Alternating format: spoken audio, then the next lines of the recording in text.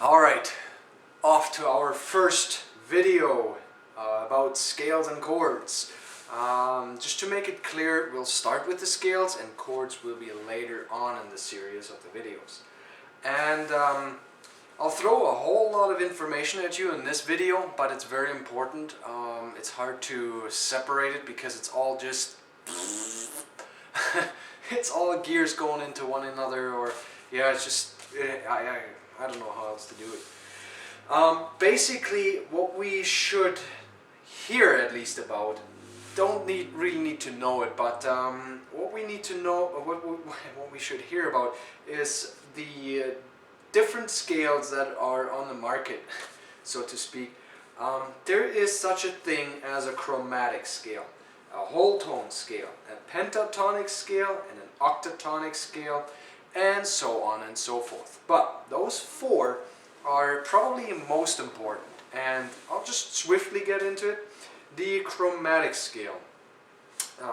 My example is always going to be C, middle C, to confuse you as little as possible.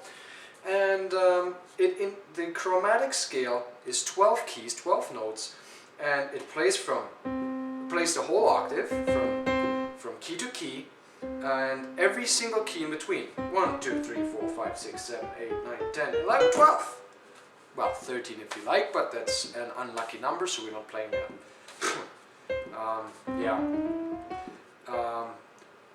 Yeah, all that.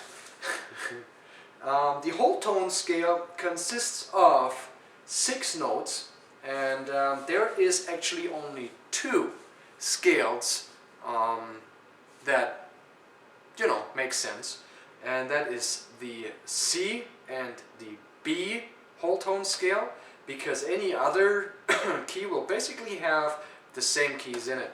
And the way it works is, luckily it is C, we take every single whole tone, or every single key, and step up a whole tone, and that will give us our 6 notes. We'll try that. 1, 2, 3, 4, 5, 6. And then we start over again. Okay, so that's the whole tone scale for C, and the B whole tone scale will start down here, just below middle C, whole tone. So 1, 2, 3, 4, 5, 6, 7. 6, 7. Okay? So if you were to try any other key, you will end up with the same kind of pattern, I guess.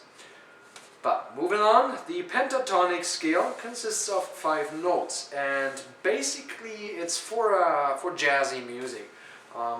The recipe for that would be out of a major chord, 1, 2, 3, 5, and 6.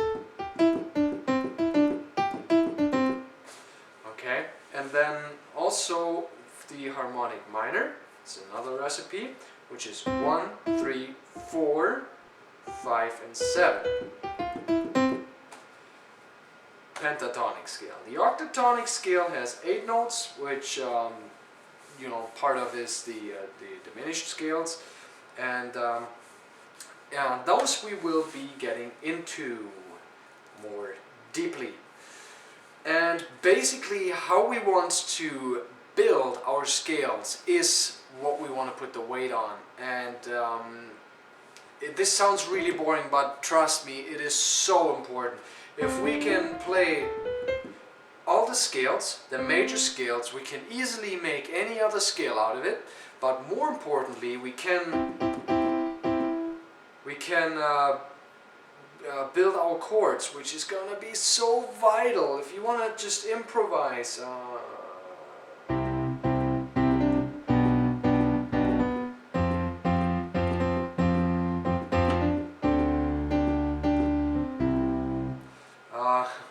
Whatever. If you want to improvise, this is what you have to know, and it takes actually very little effort when you know all the shortcuts, and that is what I try to teach you. The scales that we want to learn about are the major scales, minor scales, harmonic, diminished, natural, and melodic scales. And when you look at the keys, every single one of these keys has a scale, including the black ones. There is an F sharp major, minor, harmonic, natural scale. And you have to learn every single one. Now that sounds scary, and I guess it is, and it's really not. And here's why not. If you know this scale, you automatically know every single other scale. Here's how. To build a major scale, and this is what I do different compared to others, I call this whole tone. In other examples, they call this root or tonic. Okay, why do I call this whole tone? Because if we do so, everything becomes symmetrical and easier to remember. A major scale is whole tone, whole tone, whole tone, semitone, whole tone, whole tone, whole tone, semitone. And we start over, whole tone, whole tone, whole tone, semitone, whole tone, whole tone, whole tone, semitone, and so on and so forth. Any other key for G major scale, whole tone, whole tone, whole tone, semitone, whole tone, whole tone, whole tone, semitone. We know G major. For D, whole tone, whole, and so on and so forth. Okay? This is how we can learn the major scales. Now, if we want to get into the minor scales, it becomes slightly trickier because there are so many ways we can figure that out.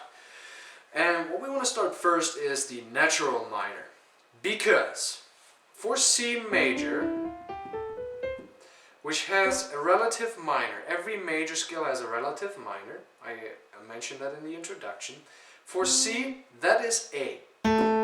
That's not just a matter of fact, but there is a way of finding that out. And if you see what's in between those two keys, simple. 1, 2, 3 semitones we have here.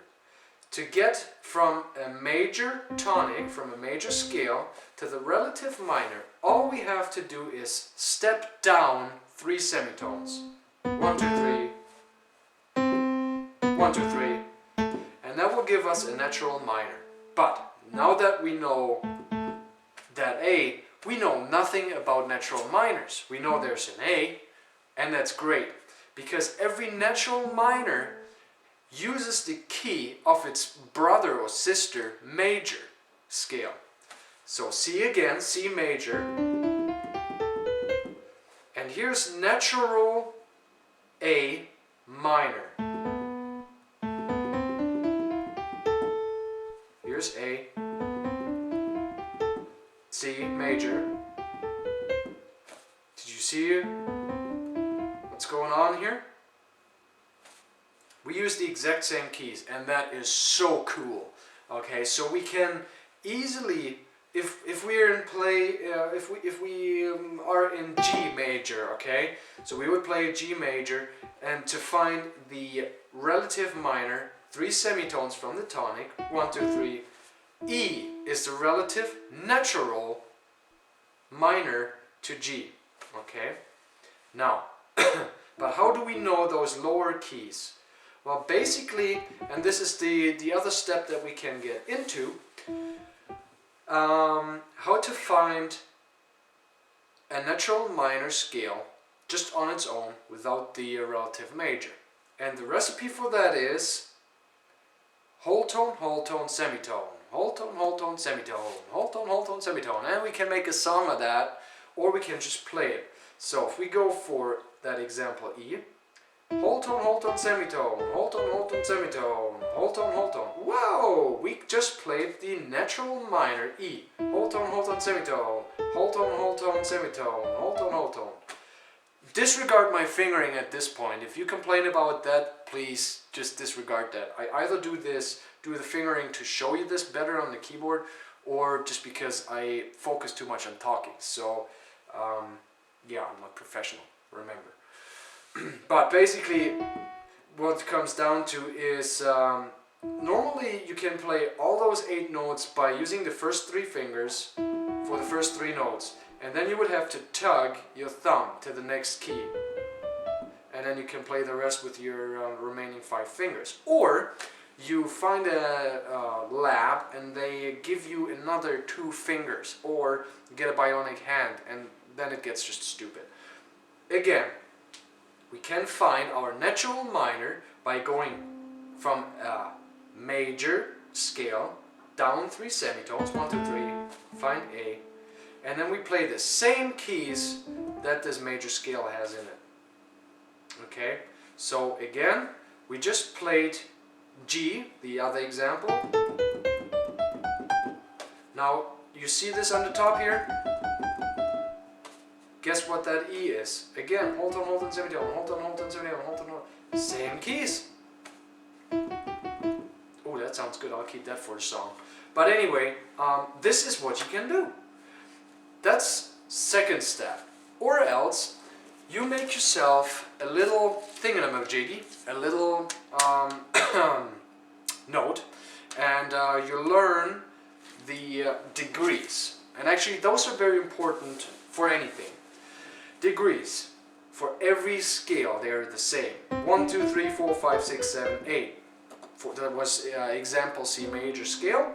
And the degrees are nothing but a numeration of the keys that you play within the scale from 1 to 8, or 1 to 7, really. Number 8 would be the tonic again.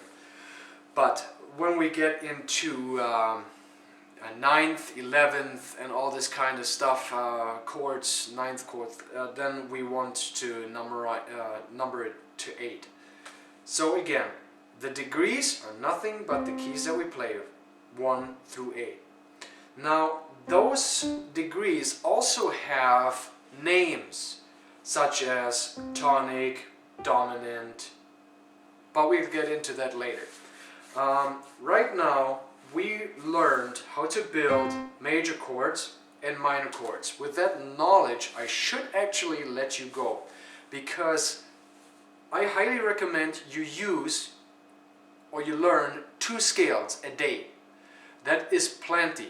Okay, so you learn, please start at the C major scale, because all my videos are going to be based on that. Start on that, and then please learn the relative minor, which is A. Do that with every key. If you like to learn more a day, if you're capable of doing so, yes, do that. If you're overwhelmed, then step back. The more you try to stuff in your brain, the more it will resist to do so. So learn something and do that in a reasonable manner, and then just keep adding and keep repeating. Every time you add another scale, repeat the ones that you learned before. That will teach you very, very quick. And also, don't just do it with the right hand, do it with the left hand as well. And if you are already trying to play a piece, you should notice that you'll actually get better at playing your left hand simultaneously with your right hand. So you're kind of cross-training your hands, which is really cool. Again, play the chord with the left hand. And play it maybe through all the octaves.